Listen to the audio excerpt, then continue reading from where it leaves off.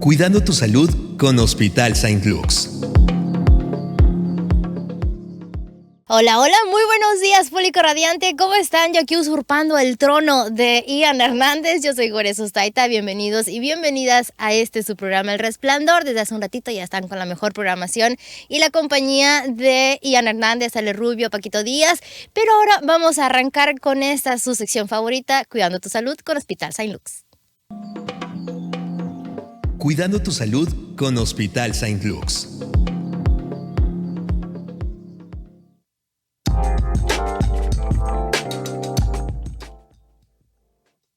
Este jueves 18 de julio arrancamos con la mejor información para compartir con todos y todas ustedes. Ya saben, además, en el 89.1 nos escuchas y nos ves también a través de Radiante FM San José del Cabo para que no te pierdas absolutamente nada de la entrevista aquí en Cuidando tu Salud con Hospital Saint Luke's. Y le voy a dar la bienvenida a la doctora, ya la conocen, ya estuvo con nosotros el resto de la semana y todavía va a continuar aquí compartiendo excelentes temas para todos y todas nosotros que de verdad hay que tenerlo bien en cuenta en casa y sobre todo conocer los servicios y que todo esto lo podemos atender en el Hospital Saint Luke's, por supuesto, siempre con las puertas bien abiertas para atendernos a todos nosotros. Así que le doy la bienvenida a la doctora Daniela Cázares Guerrero. Ella es médico especialista en neurología en Saint Luke's Hospitals. Doctora, muy buenos días. Un placer compartir con usted aquí en El Resplandor. Hola, muy buenos días. El placer es mío. Gracias. Y inaugurando además por mi presencia aquí en la sección y con usted, doctora, para aprender. Y de hecho, este tema, la verdad, a mí me interesa muchísimo. Le voy a hacer la pregunta más adelantito. Convulsiones y epilepsia. Este tema que tanto en casa como en cualquier lugar, ¿no? Que se llega a llevar a cabo algún, ¿cómo le podemos decir? Episodio de epilepsia, por ejemplo. Episodio, sí. Y saberlo, sobre todo, cómo tratarlo, cómo reaccionar para a lo mejor apoyar a alguien más, ¿no? Claro. Pero antes de empezar con el tema, ya saben, vamos a tener sorpresa al final de la entrevista, sí, doctora. Entonces, muy atentos, para que sepan qué vamos a tener. Bueno, entonces, consintiendo a nuestro público y además esa sorpresa que ya saben, siempre aplica para aquí, para nuestra sección de Cuidando tu Salud con Hospital Saint Luke's, pero más adelantito les vamos a decir qué onda con ello. Para adentrarnos en el tema, doctora, a grandes rasgos, y ahora sí que para nosotros los mortales, ¿qué es una convulsión? Una convulsión es un episodio de una actividad eléctrica anormal en el cerebro. De manera normal, el cerebro se comunica por impulsos eléctricos con células que son las neuronas. Pero cuando hay algo que se aumenta o que es irregular, causa este impulso anormal y causa ya la convulsión, que generalmente es algo rápido, por eso dura de segundos a minutos. Ok, ¿cuánto podría ser lo máximo de tiempo que pudiera durar una convulsión? Todas duran generalmente menos de 5 minutos. Okay. Cuando dura ¿Es más bastante? De ese tiempo, sí, puede ser bastante. Más de ese tiempo ya estamos hablando que ya no es algo muy normal y ya es algo de más gravedad. Ok, y entonces, ¿es lo mismo una convulsión a epilepsia? O bueno, ¿qué es la epilepsia para empezar? La epilepsia es una enfermedad ya del cerebro que nos predispone a tener convulsiones frecuentes. No quiere decir que toda persona que tenga una convulsión vaya a tener epilepsia. Estamos hablando que en la población, en toda su vida, más o menos 1 de cada 10 personas va a tener alguna convulsión. Pero no quiere decir que todo vaya a progresar a epilepsia, ya que las convulsiones también pueden ser por otras causas, no solo por epilepsia. Entonces es importante no tachar a todos de que ya tiene epilepsia o así. Sino que en cuanto tiene una convulsión, es porque es epiléptico. Es epiléptico, ajá. Ok, y ahorita vamos a conocer qué causa una convulsión, pero antes de eso, ¿cuáles son los síntomas entonces de una convulsión? Tenemos la convulsión que es la que conocemos más frecuentemente todos, que hay una pérdida de conciencia súbita y un movimiento de las 4 extremidades, brazos y piernas, parecido a un temblor. La persona se pone rígida y tiembla. Se puede morder la lengua y esto puede causar la espuma, por ejemplo, que pasa en las películas o la saliva. Esta es la tipo más común. Le llamamos tónico-clónica generalizada. Pero aparte de eso, hay convulsiones también un poco menos dramáticas, que son ese tipo de movimientos ya únicamente en alguna sola parte del cuerpo o en alguna parte nada más de la cara. Puede haber algunas sin movimientos en las que la persona únicamente se quede un momento como que no reaccione, únicamente con parpadeo, con movimientos faciales. También es un tipo de convulsión. Otro tipo de convulsión son presentar únicamente sensaciones que no están ahí. Por ejemplo, que sintamos algo en la piel o que escuchemos algo, que olamos algo o incluso de sentir algún dolor en el estómago que no es normal. Entonces es importante saber que no todas las convulsiones son los típicos movimientos que vemos. Muy importante porque realmente sí, pensaríamos que de repente alguien que se va a tirar al piso y que de repente va a empezar a temblar y esta sería como que la más dramática, puede ser que podríamos decir que va como que por niveles, más o menos. Más o menos, pero no quiere decir aún así que la que es solamente una parte del cuerpo, por ejemplo, vaya a ser menos importante. Ajá, claro. Sí. Okay. Porque llega a ser también que podríamos llegarlo a confundir a lo mejor con un tic. Con un tic. Que tiembla el ojo de repente. Así es. Sí, es como un diagnóstico diferencial. Ok. ¿Y cómo se siente o cómo es tener una convulsión? O sea, ¿qué siente la persona que en ese momento está teniendo el episodio de convulsión? La persona generalmente al inicio no se va a dar cuenta, no va a sentir nada. En algunos casos sí hay algo que les llegue primero, por ejemplo, algún mareo, algún cansancio, pero generalmente no. Únicamente ya cuando la persona va a despertar es cuando se va a sentir muy cansada, muy agotada, como si hubiera hecho mucho ejercicio. Puede haber también dolor de cabeza y este cansancio se puede quedar horas, incluso algunos días. Aquí lo importante, lo que nos va a dar la pauta es el espectador de la convulsión, que ya nos va a decir cómo fue el movimiento, qué fue lo que hizo la persona, pero la persona no se va a acordar de nada de esto. Ok, muy importante al momento de ir precisamente a la cita médica, ¿no? Llevarlo así como que a tu testigo de cómo fue la convulsión. Sí, de preferencia el testigo o si no podemos preguntarle al que lo vio cómo pasó para llevar la información. Claro, ok, muy importante para tomarlo en cuenta. Y doctora, ¿cuáles serían entonces las causas de estas convulsiones? O sea, ¿viene con otros síntomas detrás o qué son lo que lo causa? Tenemos por un lado lo que es la epilepsia, que la epilepsia, como ya comentamos, es la enfermedad que hace más predisponente a pasar convulsiones. La epilepsia puede ser por alguna alteración propiamente en el cerebro, por ejemplo, alguna infección, algún tumor, como secuelas de algún infarto cerebral. Pero también en muchas veces, lo más frecuente en nuestra población, no encontramos como tal la causa de la epilepsia.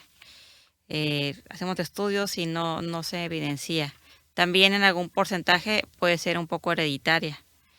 Y dejando de lado la epilepsia, hablando únicamente en convulsiones aisladas, estas se pueden presentar, por ejemplo, cuando se nos baja el azúcar, cuando tenemos algún golpe de la cabeza, algún desequilibrio electrolítico, cuando consumimos alcohol muy excesivamente o alguna droga.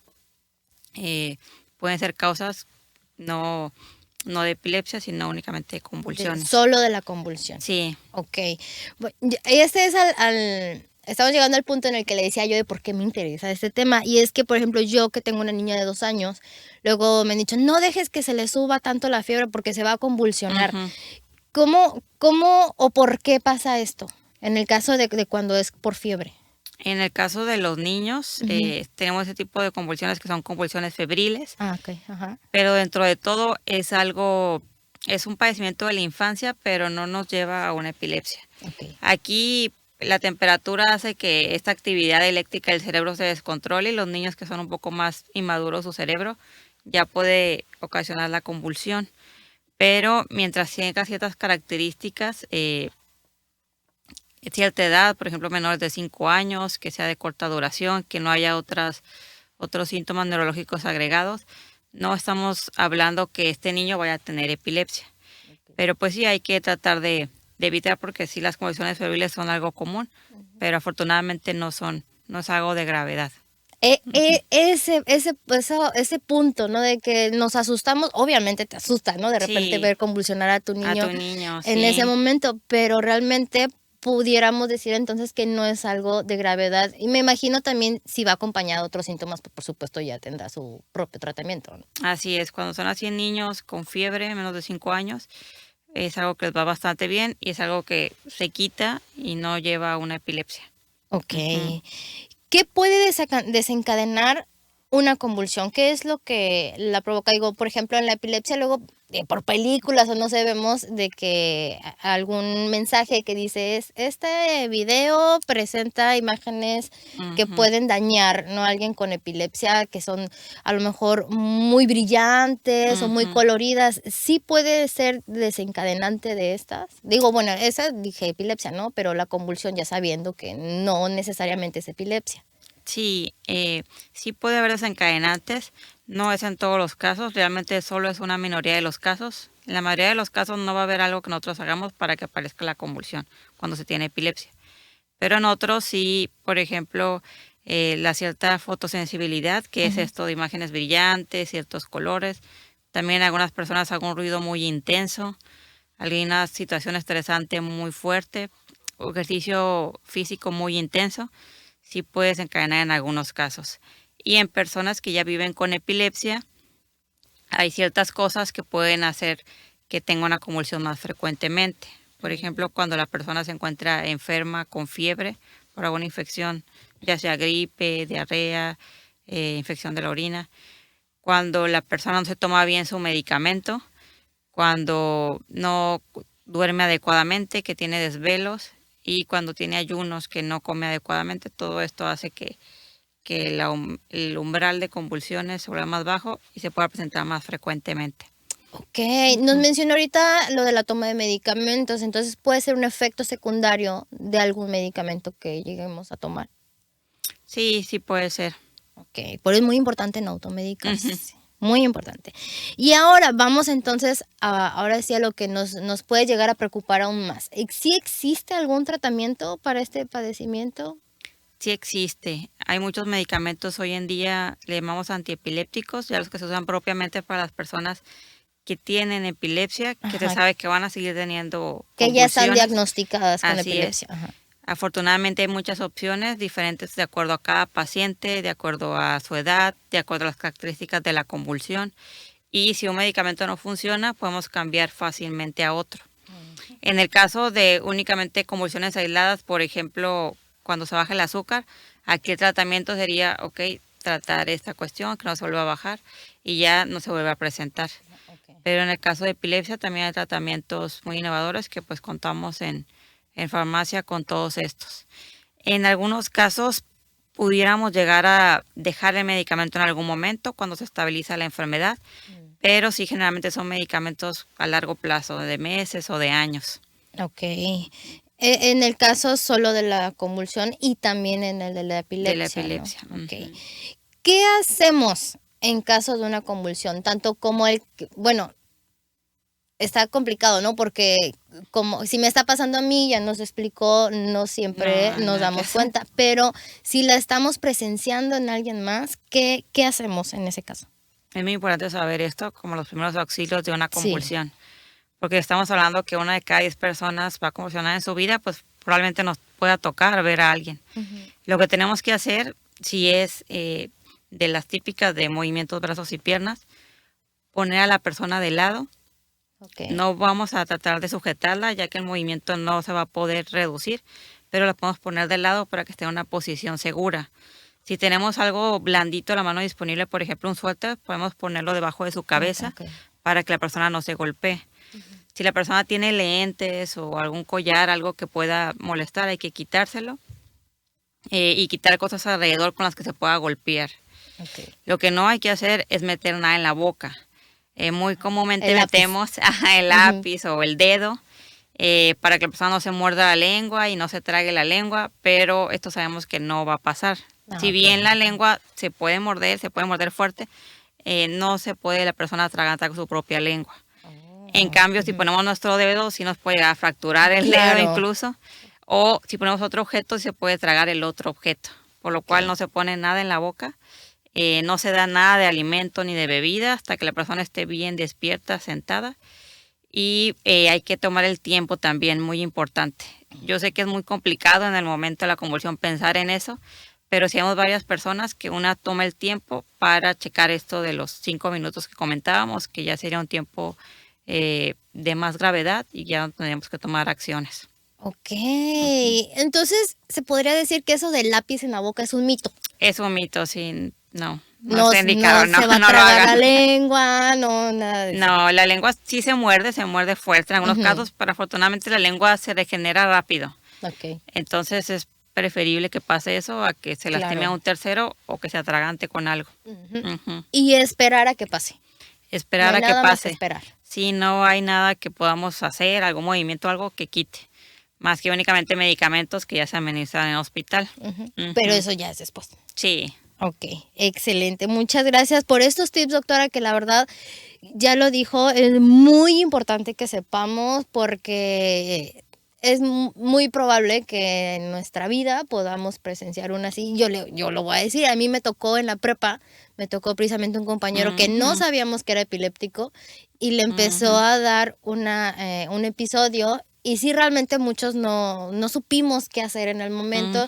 Se le pasó muy rápido, fue muy rápido, yo creo que como 1 o 2 minutos. Pero sí, en el momento fue así como que, oye, se le pasó y dijo, dinos de una vez qué hacemos para ayudarte para la próxima, pues estar bien atentos, ¿no? Ok. ¿Qué estudios son necesarios para ya poder realizar un diagnóstico de esto, tanto de la convulsión como de epilepsia? Tenemos que hacer estudios de sangre, más que nada cuando es la primera convulsión, para ver todo esto del azúcar, que no esté baja, que no haya alguna infección, que no haya algún desequilibrio electrolítico. Y tenemos que hacer un estudio de la cabeza. Se individualiza cada caso si es alguna tomografía de cráneo o una resonancia magnética. Y tenemos que hacer un estudio que se llama electroencefalograma, que es este estudio donde nos ponemos unos cablecitos en la cabeza. Generalmente los hemos visto en películas. Sí. Y ya este estudio nos ve la actividad cerebral. Entonces aquí vemos si sigue habiendo algunas convulsiones, aunque la persona no las presente. Entonces estos serían como que los estudios básicos que contamos en el hospital con ellos, que tenemos que realizar para ver si realmente se queda en una convulsión o si es algo de epilepsia. Sí, porque en Hospital Saint Luke's tienen los mejores aparatos para realizar este tipo de estudios y obviamente los mejores especialistas como la doctora. ¿Y cuándo ya hay que acudir al hospital? Ya nos mencionó lo de cuando son más de 5 minutos. ¿Hay que acudir rápidamente al hospital o así como que, bueno, espérate tantito, después vamos? No. ¿Cuándo hay que acudir al hospital? Hay que acudir en toda primera convulsión. Si es la primera vez que convulsionamos, hay que ir. A lo mejor ya cuando haya acabado, pero hay que ir a ver qué pasó. Cuando la persona ya se conoce con epilepsia, hay que ir cuando dure más de 5 minutos de inmediato, ¿sí? Para tratar de dar medicamento en el hospital que ya termine esa convulsión. O también cuando la persona tenga varias convulsiones en un mismo día y más si no despierta adecuadamente entre estas. Ahí tenemos que acudir rápido para ya administrar medicamentos y buscar otras causas de por qué se está descontrolando su epilepsia. Ok, ya aprendimos, ya tengan bien el dato, sobre todo de que estén seguros que podemos asistir al Hospital Saint Luke's y si ya les ha pasado, si ya tienen un familiar, un amigo, no sé, que ya le haya pasado, pues asegurarnos de que vaya a tomar esta atención médica porque es muy necesario, sobre todo para que tenga tratamiento inmediato. Así es. Doctora, pues muchas gracias por esta información. Aún no terminamos porque dijimos a un principio que tenemos una sorpresa. Tenemos sorpresa para todas las personas que estén escuchando el día de hoy, ¿verdad? Sí. Así que bien atentos, atentas, porque para todas las personas que en este momento envíen un mensaje por WhatsApp a la línea oficial de Hospitales Saint Luke's, que es el 624-142-5-911, lo voy a repetir, 624-1425-911, diciendo que escucharon aquí en bueno, sí, que escucharon del Hospital Saint Luke's, aquí en esta sección Cuidando tu Salud con Hospital Saint Luke's, van a obtener el 30% de descuento en su siguiente o su primera consulta con la doctora doctora, y esta promoción va a estar vigente hasta el último día de del mes de julio, para que aprovechen, para que manden ya su mensaje y tengan este 30% de descuento en su siguiente o en la primera consulta. Doctora, muchísimas gracias por toda la información que nos compartió el día de hoy. La verdad es que esta semana hemos estado aprendiendo muchísimo de usted y mañana no será la excepción. Gracias a usted, es un placer para mí. Mañana va a estar también con nosotros la doctora Daniela Cázares Guerrero, así que los invitamos para que estén en sintonía el día de mañana en esta sección, ya que vamos a estar platicando del infarto cerebral. Tema muy, muy importante, así que no se lo pierdan. Yo les recuerdo las redes sociales oficiales de Hospitales Saint Luke's. En Facebook los encuentras como Saint Luke's Hospitals, en Instagram también como Saint Luke's Hospitals, en Threads también en Saint Luke's Hospitals, como en TikTok y ahora en Twitter, ahora llamado X, los encuentras como Saint Luke's MX. En YouTube también, para que vayas a ver los capítulos completos de esta sección, porque ya están por ahí en YouTube. El canal es Saint Luke's Hospitals, y ahora también en Spotify, ya con esta versión en podcast, encuéntralos como Cuidando tu Salud con Hospital Saint Luke's. Los números de emergencia, para que los tomen en cuenta siempre y los tengan guardados en las agendas. San José del Cabo, aquí en el centro, los encuentras al 624-1425-911, y en Cabo San Lucas, también en la zona centro, al 624-2472-911. Tienes los números de contacto, tienes las redes sociales, o sea que lo tienes todo para contactar a Hospital Saint Luke's. Vámonos a un corte comercial y enseguida regresamos aquí al Resplandor. Muchas gracias por su atención. Yo soy Gore Sostaita, que tengan muy bonita mañana, y ya saben, el Resplandor no se acaba sino hasta las 11 de la mañana por ahora. Vámonos, esto fue Cuidado tu Salud con Hospital Saint Luke's. Regresamos.